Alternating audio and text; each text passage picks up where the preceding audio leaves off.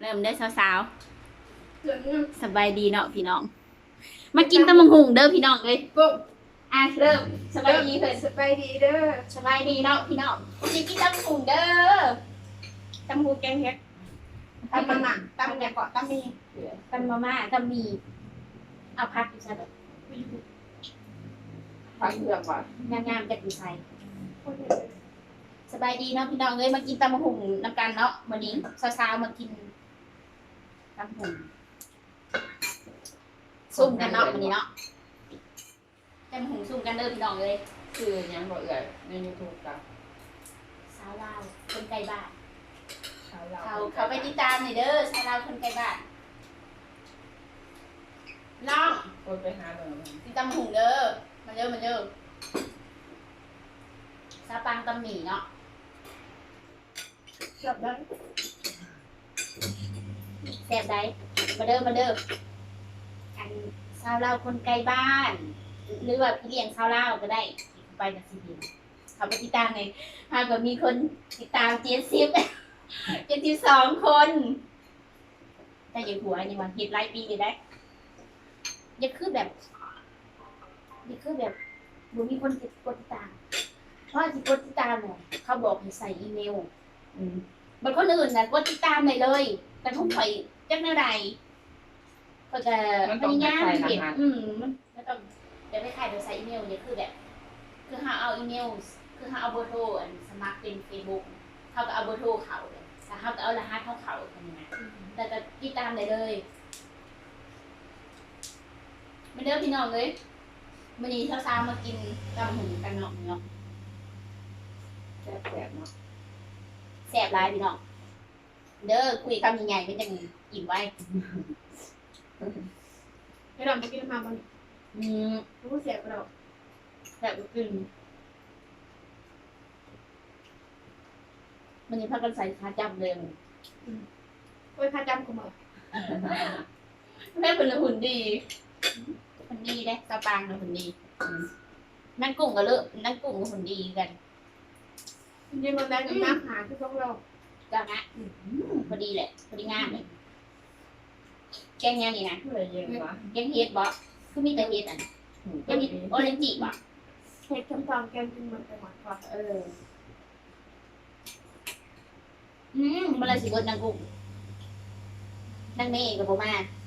พอนั่ง เลย พอนั่งอิ่มเด้ บุญบอกว่ามันเป็นอันนั้น บอกเลย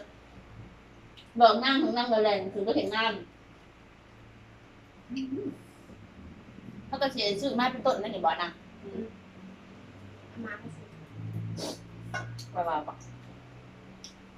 หรือว่าเก็บอะไรเพื่อนเนาะ ไว้ จัดไปโอเค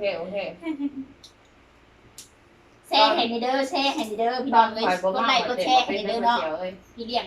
ฟังมากออกเลย ซาลาคนไกลบ้านเนาะอันนี้มีแต่พิจซาลาบนเลยมากินตำหมูกันเนาะมีแต่พากันมาที่การเห็นงานแล้วพากันมาเจอกันเนาะแล้วก็นัดกันก็หมูกระป๋าบอกใหญ่ ทำให้หิวทางนี้ค่ะ หิวแบบหิวสดใสเลย ปกติคนจะกินขาวซองหรอ คนนี้ ฮอตยังมาแรกไม่ชีดอกมาเรียนชีเวลามาเป็นซ้ำนะ อันนี้ซาวกุ้งเนาะอันนี้ซาวบางเนาะในน้ำข่อยกับซาวหน่อยเนาะหน่อยของตัวใหญ่หน่อยของตัวใหญ่ แปลได้คนสื่อหน่อยคนสื่อจอย คนชื่นจอยนี่ เมื่อกี้ยังน้อยนะเอ้ยน้อยเอ้ยตัวน้อย กัน โซ่แม่ก็เลยเอิ่นหัดซื้อมากเขาเจ้าสิเอิ่นในบ้านนะบ่มีผู้ใดเอิ่นนั่นซื้อดอกมีแต่เอิ่นอีนางนำแต่น้องไส้หลายอีนางอ้ายเอิ่นเบิดทุกคนเอิ่นอีนางแบบอีนางแบบไทยๆแบบเขาแพงนะเขาหักเพราะว่าเขาเป็นผู้หญิงคนเดียวนะเขาก็เลยเอิ่นว่าอีนางเบิดทุกคนเลย เพชรกับเพชร เส้นหมี่แล้วสิเบิดถ้าบางเคยกินเส้นมาม่าให้ตามสก่อนเคยมากินแซ่บ ถ้ามองเห็นมองบุกไปตะแกรง หมูเบิดปะ อ แต่ตามมีซ่อมหอนี่หมด มันหิว กินหลาย เอาเล่นกินน้ำไปแต่วันกินเผาวันนี้มา มาเดินพี่น้องเลยตำหุงที่ตำหุงกับอันลวกเส้นหมี่เนาะหมี่ขาวเนาะปกติเขาจะกินกับขนมจีนเขามากินอันนี้มันได้มีเวลา เพื่ อ อน อก พริ ไป กแห้งป่ะเนี่ยพริกแห้งมัน พริกบ่อแล้วพริกสดนี่แหละ ส่วนคือหมกพริกแห้งเนี่ยโคตรเผ็ดขนาด มันความใหญ่ ป้านั่นเขาใช้ น้องเอ้ย ใช่ยัง พอทำคือ โอ้ย มีอันผักบุ้งก็มีด้วยนะบุ้งคนงานในซ่องมันนี่นั่นบ่กินพอตัวถึงไปเห็นงานข้างบนเนาะเนาะคือสิบ่เห็นอันเช้านี้เนาะ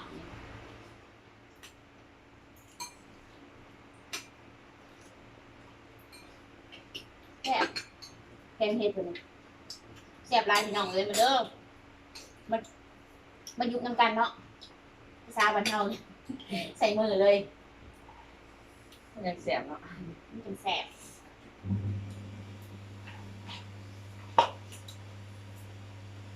เราไปกิน เว้าเลยเนี่ย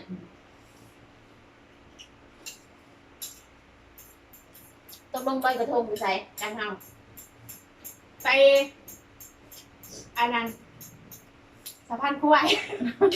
หอยขึ้นไปไกลแหละ มันจะหาขีดบริเวณตลาดด้วย ขึ้นไปไกลแค่สะพานกล้วยอะมันเลยอนุสาวรีย์ชัยอยู่เนี่ย อันนั้นที่เป็นย่างผ่านประตูหนัง ไกลแค่ไปทางขึ้นเหรอเราเด็กคนนั้นเรียกเขามาเบิ่งเข้าใจผิดเด้เนาะจำคุมหน้า ที่ผ้าเอื่อยเราจะเป็น ไปทำกันนะคอยนะมันจะไปใช้น้องคอยนะไปใกล้ คือใช่ สะพานผุดบางทีกับสะพานผุดเล่นวัดละครั้งคอยไปน่ะ บอกละค่ะ คนโบราณเฮาไปลอยอยู่ในหม่องเฮาลงบันไดไปลอยเลยวันละครั้ง นั่นกูมันใส่พลังแปด ใกล้ๆกันเลย ไปกัน ตัวไปกันบอกเป็นการเปิดเรื่องนะ ไปทำการโหลด ไปกันไป อ ออกจากมุมนะ2 ทุ่มอยู่บ่ ว่าจื้อจะง่ายจะง่ายก็คือออกข้างนอก บ่คือวันที่ ที่ วัน 11 วันยังไง วันอาทิตย์ จาน วันจันทร์ลืม จานบ่ จันทร์ เดี๋ยวไปจะนายไปคุณโดจะวางก็สิวันนี้อาจจะเจ้าซื้อก็ได้ ไปวอนนั้นผิดขึ้นมันผิด นั่นน่ะสิบ่ได้ไปดอกน้องบ้าน ขึ้นแบบ น้องไปเรียนคุณโดไปยัง เกิด มันเกิดใครในนั่งตู้วะ กับหมูน้ำทำหลายคน ไปเรียนมันใช่ นี่แหละน่าแต่ บอกพระแปะบ่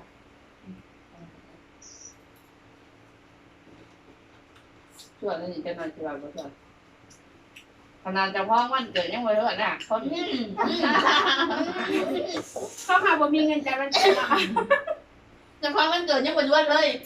เขามีเงินจ่ายวันเกิดเขาบอกว่าให้สอน วันอาทิตย์สิวันอาทิตย์เด้อทางบึงวันอาทิตย์วันที่เอาวันใกล้ๆวันที่11 เเนี่ยวันที่3 อ๋อได้ดอกนั่นนี่ว่าสิหยุด อ๋อเอาเงินเราจะเห็น หยุดบ่ทางบึงเด้อวันอาทิตย์นั่งมาตอนเย็นทางบึงพอจะนายได้ก็ไปหมูกระทะบอกร้านหมูกระทะหรือร้านบ่านั่งบ่ร้านทานบ่หรือว่ายังไง ไอ้หลงเขาโอเค อ๋อลองคาราโอเกะบ่บ่มีเงินก็สิไปหยังก็ไปลองคาราโอเกะซื่อๆได้หรือว่ากิน ใน อะไร ร่างถวย กิ ที่ น น้อง อะไร เลย ไม่ล้างถ้วยว่าฉันอันผู้ได้ใส่อย่างนั้นน่ะร้านทานน่ะว่าก็เลยคาราโอเกะน่ะมีพี่น้องบ่ได้ซื่อๆบ่เคยไปบ่ฮู้จักกับอันเจ้าของร้านบ่ โหบอกโหบอกค่ะ โอ้โหบ่ร้านมองกันคือบ้านนั่ง แต่ บ้า ขาน นั่งบ่ คืออะไรล่ะอ๋อร้านนั่งนี่ละร้านนั่งนี่ละ อ๋อร้านอาหารธรรมดาบ่อยู่ที่ข้างใต้เฮานี่ก็มีดักเรากินแค่ขนมแล้วมองสิแยกขนมเวลาอันปีใหม่งาพาไปเขาดาวน์แล้วก็มาแวะร้านคาราโอเกะแล้วก็มาร้องเพลง ยังมีอยู่ผม มันเริ่มพี่น้องเอ้ยมันเริ่ม โอเค หน้ามาพาไปอันนครอีสานม่วนเจริญนครแบบร้านพวกอีสานเลยนะนครอีสานแล้วก็มีพากันไปผ่อนหาอาหารนี่ได้มีวงเนาะ มีลำวงบ่แม่นลำวงแต่ว่าก็เจ้าตั้งโต๊ะแล้วให้คนกินแล้วก็มีนักร้องแล้วก็ขอเพลงเลยแล้วก็ไปผ่อนอาหารได้เอาไปกินอาหารได้ส่วนมากมันมีแต่คนอีสานหน้าพาไปนอนหน้าผู้ชายคนหนึ่งนะเพื่อนหน้าแหละแล้วพาไปตอนนั้นถ้าเรามีแฟนกัน เป็นงานอยู่ ยังเป็นเด็กน้อยอยู่ไปแล้วก็เจ้าสั่งอันให้ในกินเบียร์ให้ในกินเบียร์นอกโอ้ยกินอะไรกับโบเมาแล้วเพิ่นว่าเนี่ยกินแล้วเมาแอะเมาแอนไอ้น้อยเมาแล้วฉันนั้นทักแซ่ได้ให้ในกิน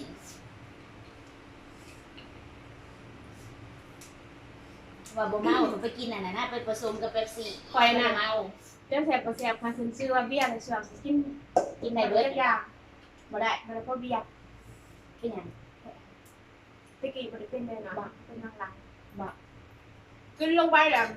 มันเป็นปืนหนักค่ะ เพิ่นแพ้นักเลย ตอนนี้มันหมวกบานเนี่ย พวกขึ้นมาแบบ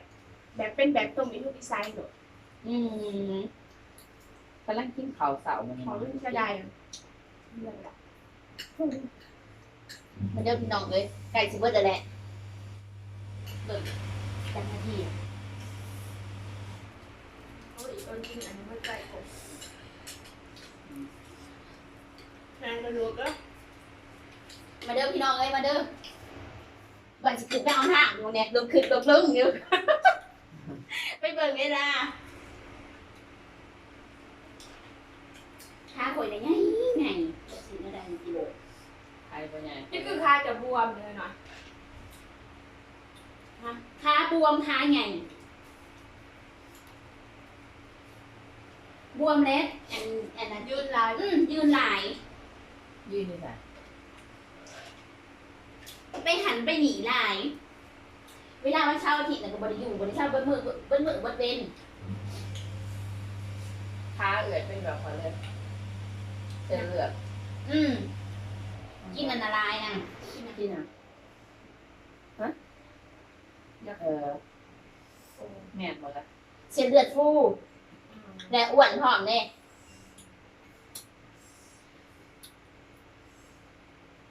มาเด้อพี่น้องเอ้ยมาเด้อสิไล่สดกันไปสิจบคลิปเพียงเท่านี้เนาะพี่น้องเอ้ย บอกมันมีเส้นเลือดแดง พาติดตามมาเด้อพี่น้องเอ้ยสำหรับคุณไก่บ้านเนาะสบายใจแล้วบายบายสบายดีเนาะบาย